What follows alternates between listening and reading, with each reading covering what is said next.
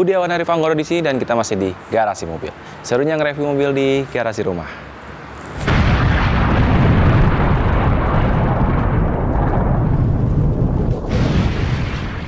Nah, gengs, kali ini dan di video ini gue ingin mereview salah satu mobil pabrikan dari asal Jepang, yaitu HPM atau Honda Prospect Motor. Nah, inilah dia Honda CR-V 500cc Turbo.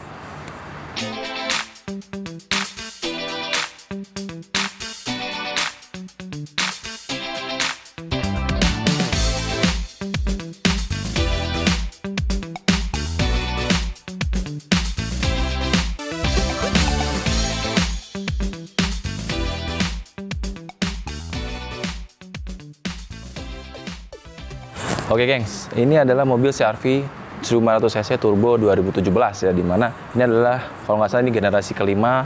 Ya menurut gua dengan untuk eksteriornya sangat-sangat elegan tapi tetap kelihatan garang, yang dimana kalau dibandingkan dengan yang tipe atau varian, sebelumnya ada 3 varian untuk CR-V yang tahun 2017 ini. Itu adalah yang 2000cc tanpa turbo, 1500cc biasa, dan 1500cc turbo Prestige. Nah, kalau ini adalah 1500cc turbo ya.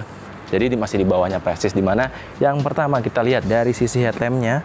Kalau Prestige itu semua serba LED ya, tapi karena ini bukan Prestige, untuk LED-nya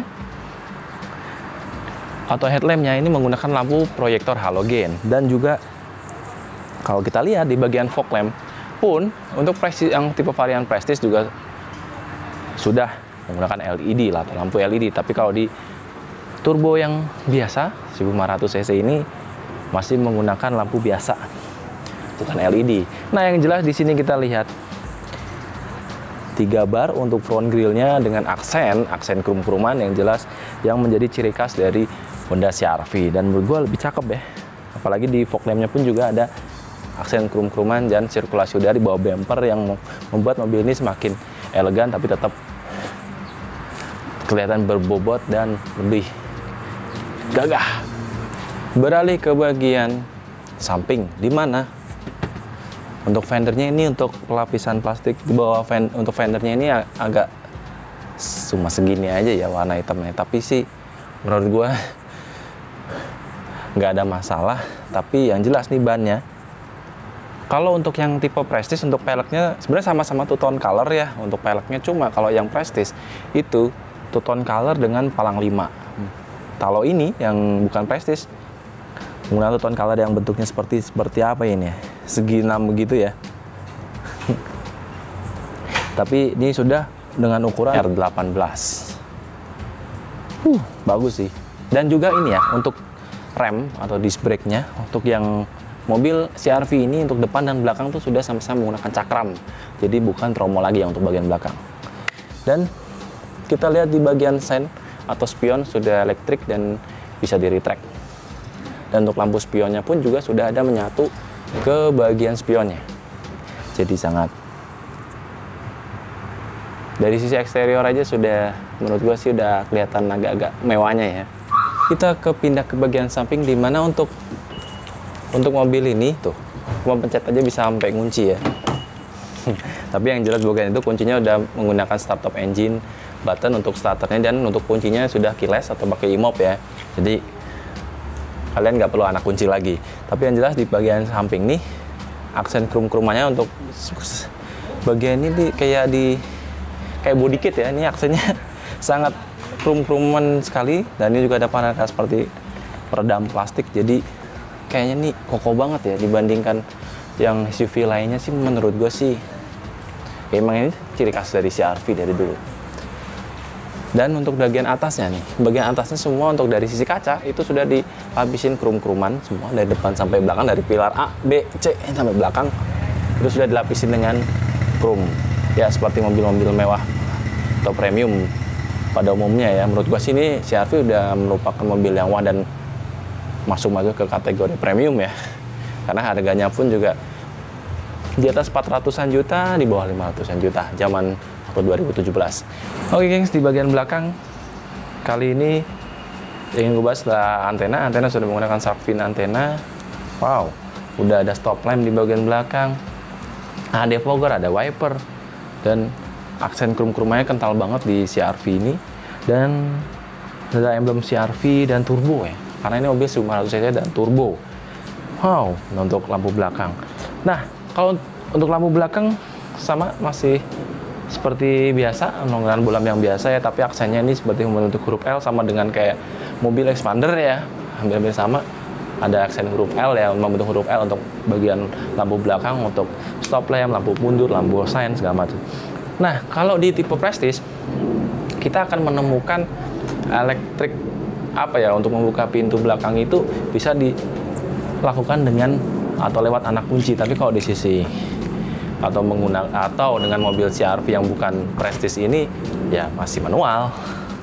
Nah, kalau di sini ada lampu kecil. Nah, lampu kecil ya. Nah, di sini ada cover, kalian bisa lepas sebenarnya nih cover ini kalau kalian membutuhkan space lebih. Tuh. Dan bisa lepas, gengs. Nah, di sini kalian bisa lepas ya, tadi seperti yang gue bilang.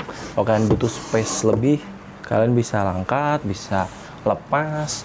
Untuk covernya ini juga bisa lepas, kalian lepas kalau kalian butuh space lebih. Yang jelas di sini nih, kalau pada umumnya mobil-mobil seperti kayak MPV atau 7-seater lainnya itu untuk bannya biasanya kan di bawah ya, ditaruh di bawah, ada yang di bawah. Tapi kalau di CR-V ini taruh di sini, cukup rapi semua rapi, cara menaruh tools segala macam rapi, dan mobilnya sudah full size, jadi bisa ya, atau sama dengan yang dipakai di ban depan dan belakang. Di bagian belakang kita lihat nggak ada cup holder, tapi ada semacam bisa dipakai untuk naruh air mineral, tapi bentuknya nggak seperti cup holder yang selongsong masuk gitu, tapi dia ada kayak penahan nih. Jadi kayak penahan gini bisa dimasukin untuk botol aqua ya. Cukup impresif nih. Yang jelas nih di sini blower untuk bagian belakang atau row ketiganya ada blower ya. Ada blower di sini. Jadi kalau kalian nggak perlu takut kepanasan kalau untuk bagian ketiga. Dan menurut gue sih sangat cukup lapang ya ketika mobil yang bagian belakangnya kursi yang bagian belakangnya ketika ditekuk, menurut gue sih bisa menambah space ketika kalian ingin menyimpan barang.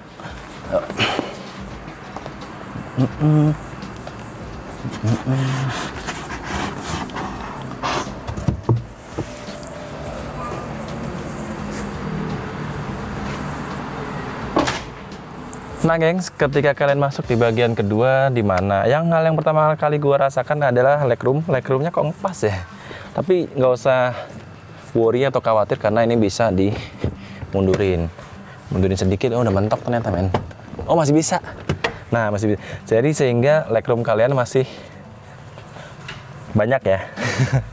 Bisa membuat atau space untuk legroom kalian lebih lebar. Nah, untuk headroom kalian nih yang gue rasakan 5 jari untuk headroom ya, cukup lega dan cukup lumayan tinggi ya ketika naik mobil ini. Ternyata ya nggak seperti yang gue bayangkan. Nah, di tengah ini ternyata ada armrest di sini, ada armrest dan juga ada cup holder, 2 cup holder. Padahal di sini juga ada sekitar 1 cup holder, jadi ada 4 cup holder di bagian tengah, di samping kanan dan di tengah ini. Dan untuk headrestnya ada 3 ya buat yang tengah. Kalau misalnya kalian di tengah pun juga ada headrestnya, jadi menambah kenyamanan ya ketika kalian menjadi penumpang. Enak, pasti enak, gue yakin pasti enak. Di sini ada lampu baca 2, ada blower di bagian belakang, ada 4 blower ya. Wow. Untuk joknya yang gue rasakan ini joknya padat banget ya. Ini joknya padat banget, empuknya tuh empuk padat, enak gitu. Dengan dilapisi cover kain ya, kain leather atau kulit ya, menambah ini nyaman. Nah, kalian nggak perlu takut, di sini juga ada ruang penyimpanan dan juga ada blower bagian belakang ketika kalau misalnya kalian kurang dingin, bagian depan kalian bisa nyalakan blower ini, tapi nggak bisa diatur sendiri ya. Jadi harus centralize atau menjadi satu pengaturannya sama dengan yang pengemudi. Selanjutnya, gengs, ada dua speaker seperti tweeter satu tweeter kecil di sini dan ada speaker besar di sini. Ada power window di sini dan aksen door trimnya lagi-lagi ini masih door trimnya yang ini keras ya, seperti jahitan palsu. Tapi yang bawah ini udah soft touch ya, empuk banget, dan ada aksen wood panel dan krum-kruman. Jadi dan jahitannya ini oke punya nih. Di sini juga ada jahitan ini soft touch juga sama. Wow, ternyata wah sekali.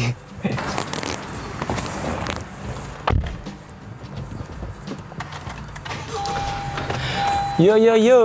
Oke, gengs, hal yang gue rasakan di sini ketika duduk, ternyata joknya enak banget, apalagi yang depan nih. Ini kontur atau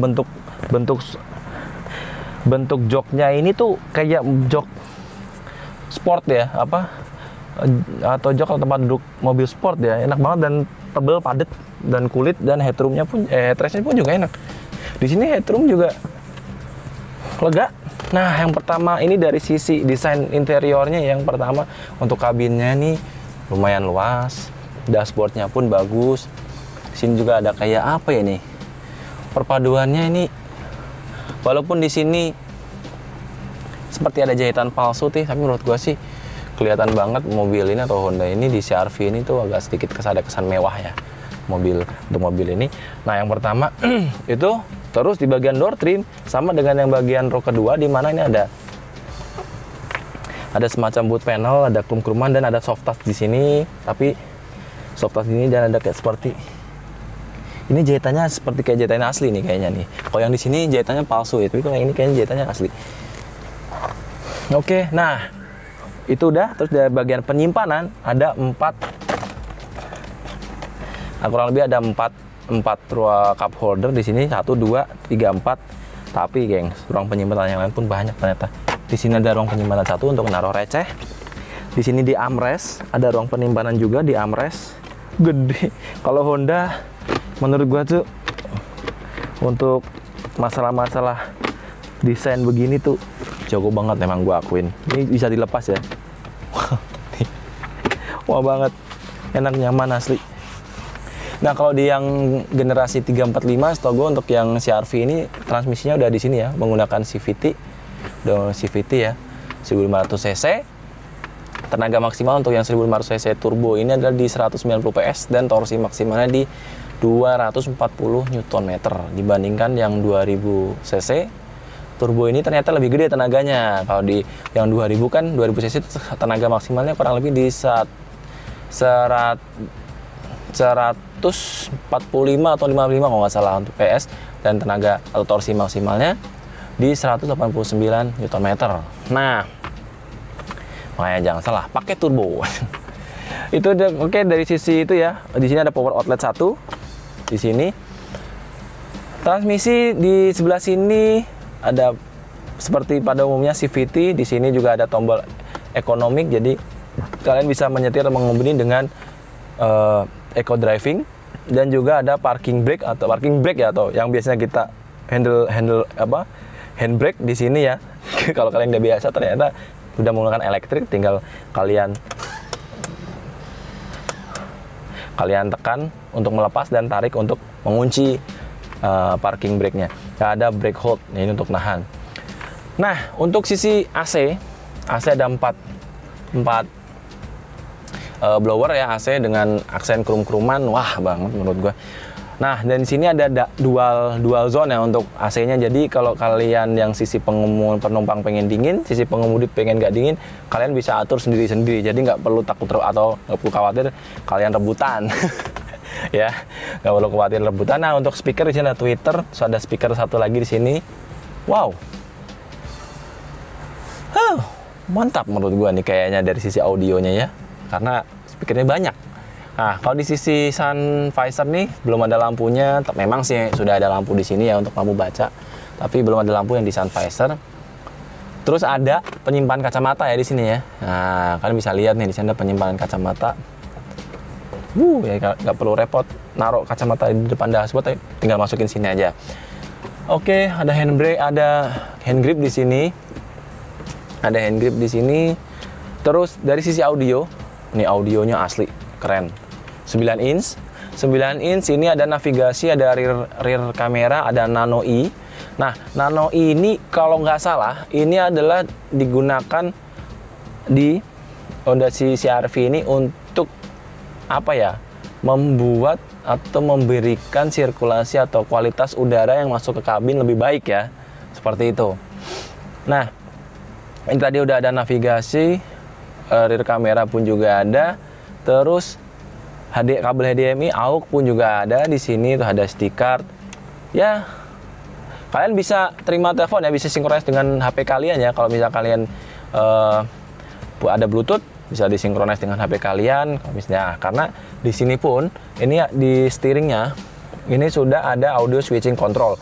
Kalian bisa nerima telepon, nutup telepon, dan juga mengatur volume. Terus menu-menu yang ada di head unit ini sih, wow. Kalau di head unit ini turbo ini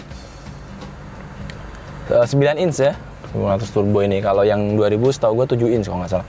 Nah, di sini yang paling kerasa ini di setirnya ini kulit ya, jadi enak asli, banyak kulit.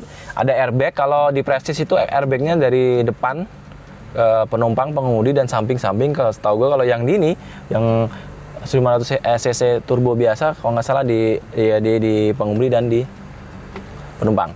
Nah, di sini ada cruise control. Kalau di sini ya, di CR-V ini, jadi kalau kalian pengen menggunakan cruise control di jalan tol tuh, mungkin kalian bisa coba sendiri, bisa ngegas tanpa kita injek gas. Nah, tapi sebelumnya kita atur dulu pas ngegas, jadi habis itu baru lepas, mobil bisa jalan sesuai dengan pengaturan kita. Dan oke, untuk selanjutnya dari mobil ini udah tilt steering dan teleskopik steering.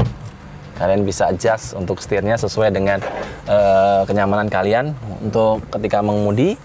Dan yang terakhir, di engine start top buttonnya, kalau kalian menyalakan mesin atau starter mesin, dia akan nyala merah, gitu.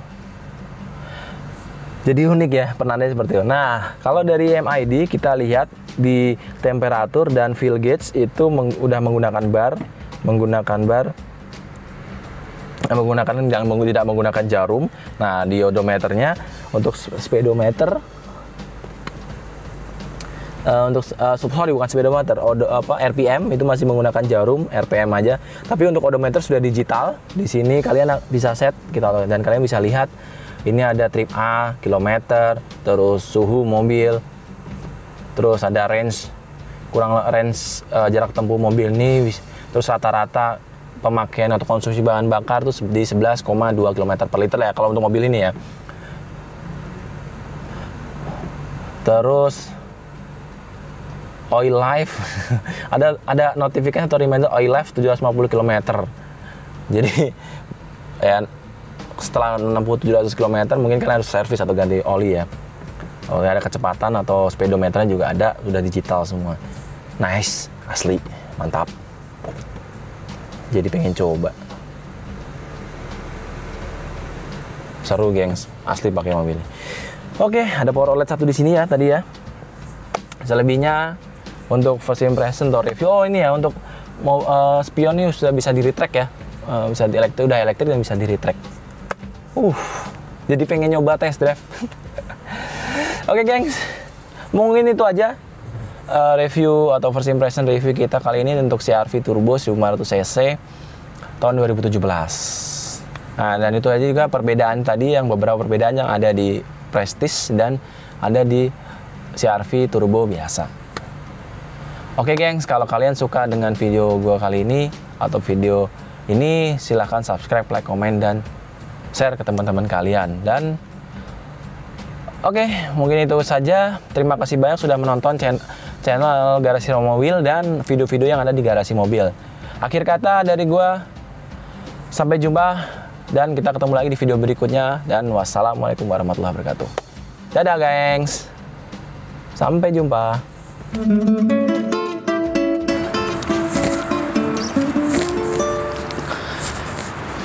Budiawan dari Panggoro.